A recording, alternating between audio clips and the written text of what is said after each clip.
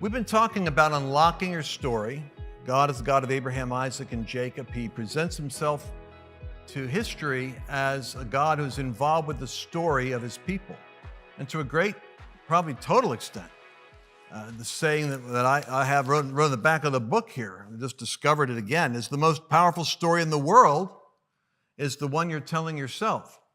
The problem is, you tell yourself a story based on the way you see things. So if you're seeing your life and not realizing that you're accumulating beliefs and interpretations that may or may not be true, you never take the time to remove the glasses and examine your belief systems and see, is this really what God says? Is this who God said I am? Is this what my life is supposed to be? And so, Carl, in navigating through these chapters of the ups and downs, we've got like a level 10 process. You know, we got that level 10 graph.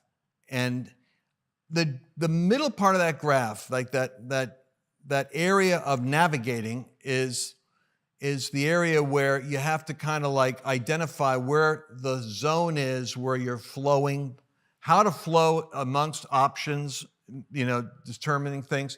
And I suppose that flow as a study, which is a word that you introduced me to, is more of a word that really helps to identify the characteristics of those micro-convergence moments too, isn't it? Yes, sir. All right, so tell us a little bit about your research on flow.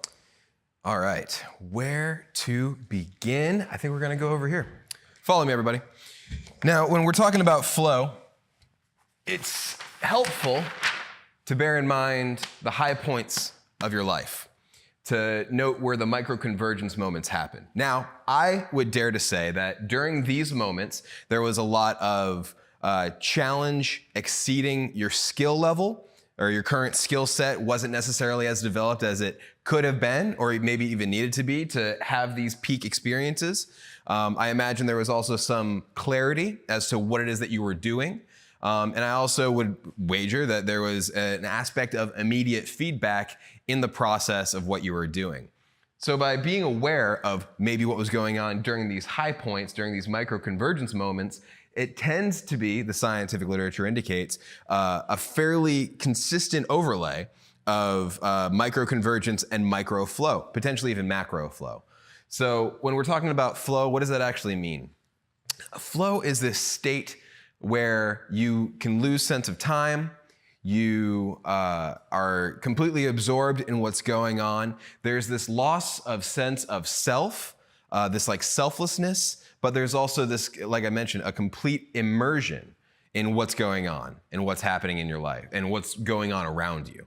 So by being aware of the micro-convergence moments and having an aspect or an understanding of positive psychology of what's going on internally, then we can actually help manipulate your core goals to have a motivation stack with them, so that way you enter into flow more regularly. And the more flow that you enter into, the more likely you are to get more flow on the tail end.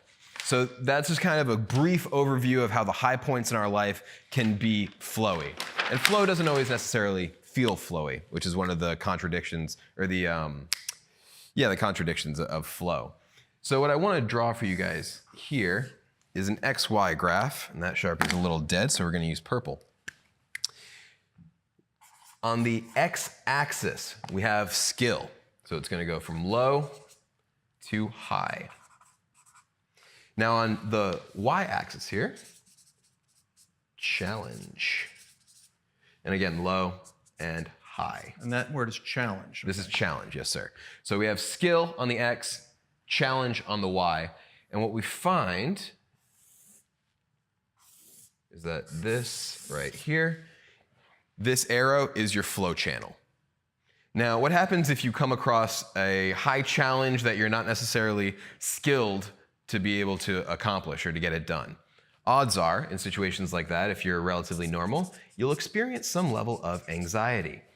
Again, that's if the challenge is exceeding your skill level and it's not within that sweet spot of about plus 4% is what they found. So that way, a lot of people like to say, yeah, 110%.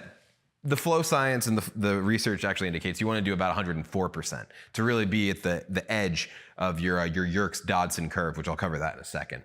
Now, if you have a high skill set, but a low challenge, that's going to make you kind of bored. And in Mihai Csikszentmihalyi, the godfather of flow's book, Flow, The Psychology of Optimal Human Experience, he does break this down a little further into more of like a 9-segmented XY graph, but this is, a take 10. So we're gonna do this nice and simple for you. What we find is this flow channel, if you can figure out how to tweak the challenge to skill ratio, then you're more likely to be able to enter into this flow channel and have micro flow experiences fairly regularly, which means that you're going to be experiencing those micro convergence moments more regularly. Now, earlier I mentioned the Yerkes-Dodson curve. Well, before you go to that, let me ask you a question. Yes, sir. So if you were to draw a line here, just so I'm understanding this. So when people are in a place where things are flowing, there's red here, man. All right. And let's say that they're going, like this is where that box is there. But basically, if you broke this thing up like that, this quadrant here is where we're aiming for, right? We're looking for the high challenge so that it's not easy to do, but I have the ability to do it. So this is a real stretching area here, but you can actually score, right? Mm-hmm. And if you're here, you don't have the ability, so it's frustrating, right? Mm-hmm. Anxiety's down here. Boredom is here because you've got the skill, but it's not challenging. It's like, dropping something into a wastebasket. It's 5 feet from me. I can do it all day long. But scoring here in this area here is the sweet spot for flow. So with that thought in mind, people should be, if they've got a job or work or assignment where they're bored or where it's just plain frustrating, it might be that they're not in a place which is challenging them in the areas where they either have skill or can develop a skill. Mm-hmm. Is that right? Yes, but I also do want to clarify, although this is the high hard goal for most people, this top right quadrant, this whole channel is the flow channel. So it doesn't necessarily mean that you have to have this high challenge. It's going to be a far more rewarding experience for you personally if you're activating your skill set in that high challenge. But you can also lower the challenge if your skill set isn't there and have it be on the lower end of the flow channel and still enter into the micro flow. Up here, it's going to be more macro. Mm-hmm. I hope that clarifies a little bit. Yeah, that makes sense because it could be that when you're in the first stage, the challenge has to be easier because it's like target practice. If you've never shot, then the challenge to skill, you could get in flow, but they make the target close. Mm-hmm. Then they keep moving it out. So you're really in the range where you're at maximum competency. Yes, sir. Okay. Yes, sir. And a quick tip for those of you at home who are interested, if you do have a high skill set and a low challenge, give yourself a little gamification, which means add a point system to it. Make the challenge a little bit greater for yourself. Maybe if, for instance, you have to write copy for work, put a time limit on it. You're good at writing copy, make sure that you get your entire funnel written out in under an hour or under 30 minutes. So add a little bit of challenge and boom, that spices up that flow channel for you. Likewise, if the challenge is too great, then break it down. The term is chunking it, So when you break it down into these bite-sized chunks, it's easier for you to manage, to get your hands around it, to get your mind around it, and then ultimately accomplish whatever it is that you're setting out to do.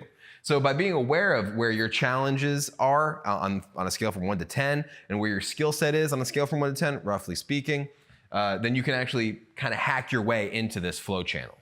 And the more flow, more microconvergence moments, the more likely you are to enter into that state. And the more that you're writing the story, because you're redefining what you're capable of being and doing, and you're achieving something, which is a stretch, but you're actually able to achieve it. Yes, sir.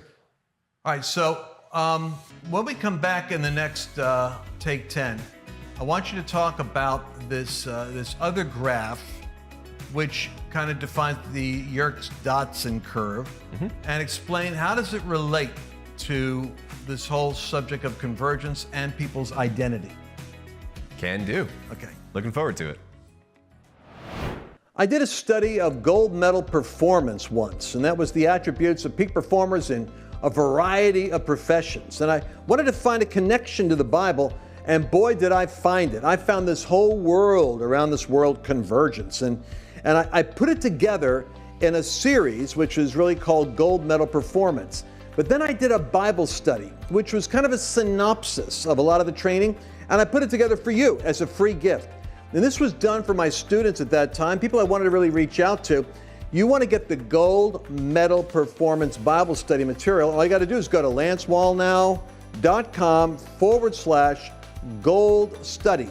That's lancewallnau.com/gold study. Trust me, this is the distillation of about a decade of observation and meditation on characteristics of peak performance and supernatural instruction in the Bible about how to arrive at convergence in your own life. You don't want to miss it. It's just the best stuff I've got out there.